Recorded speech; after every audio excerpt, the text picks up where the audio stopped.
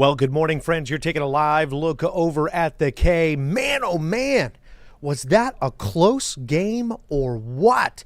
Obviously, we've got another game here, and we are on the line. If we don't win this one, we're out of here. So cross your fingers, get to the game, cheer on the Royals. It's going to be well worthwhile. Another beautiful forecast ahead of us here. But we've got a lot to talk about. A wild roller coaster ride with our temperatures is expected as we move forward in time. Good morning to you. First Warn 5 meteorologist Greg Bennett here. I want to talk about a lot of different things. It's not just going to be our local forecast, but I want to get the final moments of Hurricane Milton on shore. I'm going to tell you the truth. I believe the eye is already into the Atlantic. We're going to get involved with that.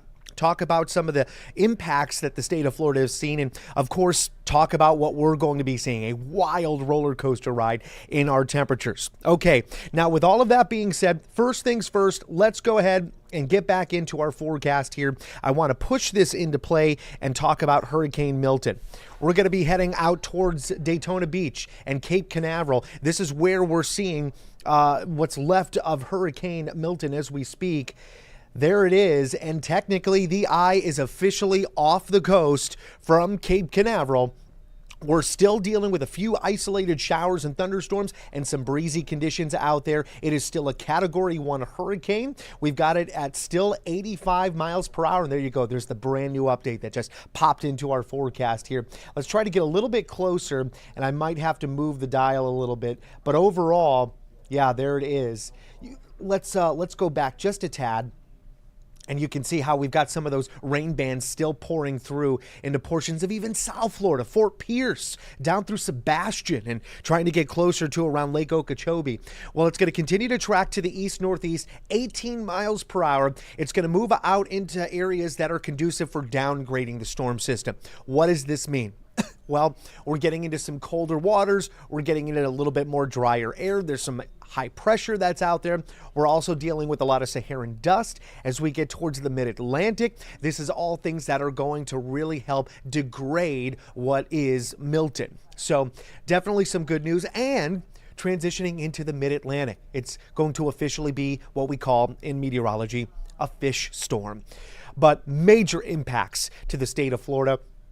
We've had feet upon feet upon feet of storm surge out around the west coast from Sarasota right on into Tampa Bay. Literally just before making landfall, the bay itself of Tampa actually receded its waters, and you were actually able to walk on the bottom of the bay in certain areas. That's how much of the water pulled out and then was pushed right back onto shore.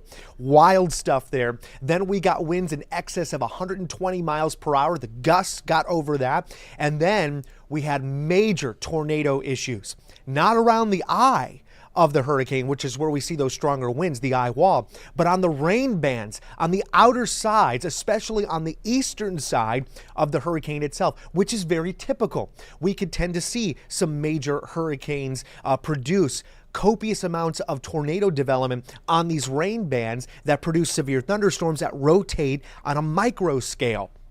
So there are times in history we've had hurricanes that literally lined up tornado after tornado after tornado along this as it continues to rotate overall in a broad rotation around the hurricane itself.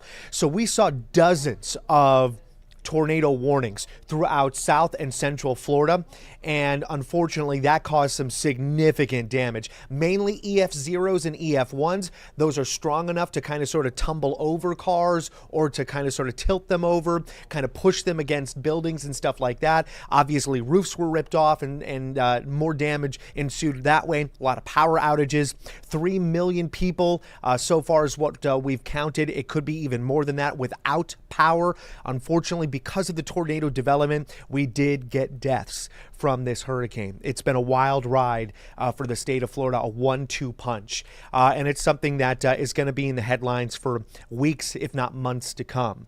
In the meantime, Let's go ahead. Let's do a transition into our forecast here. Again, we are still dealing with high pressure. We're still dealing with a southerly flow, and we're still dealing with a drier pattern because the moisture, well, it's just non-existent. It's still gobbed up from tropical development out from the south, right? So what we see today is yet again another day of warmth. Daytime highs in the mid-80s will be common, but for the game itself, we're looking at temperatures kind of hovering around the upper 70s. Let me push this into play here for the Royals at 7 o'clock tonight. 78 degrees for the first pitch. End of the game, closer to around 70, 71. When you're leaving the parking lot, it's more likely going to be in the mid and upper 60s because it might take you a hot second to get out of the parking lot. Let's be real. Winds out of the southeast at 5 to 10. Mama Nature's got another great day for baseball, so we'll see what happens with the Royals out there. But listen, our peak heat doesn't happen today. It happens tomorrow. I've got temperatures that are going to increase to the upper 80s, and some of us may actually make it into the lower 90s. Check this out. Friday, 87 degrees. Now, that's what we're expecting around the actual airport. Downtown could be closer to 89 or even 90 degrees out the door.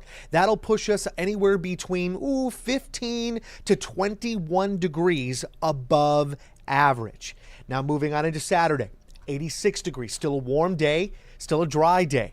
A cold front comes through around Saturday night, all right? It's going to be a dry front, but behind it is very cold Canadian air, and that's when we start dropping temperatures. By Sunday, high of 71 degrees. That's a 15-degree drop in 24 hours. 15-degree drop, but we're not done there.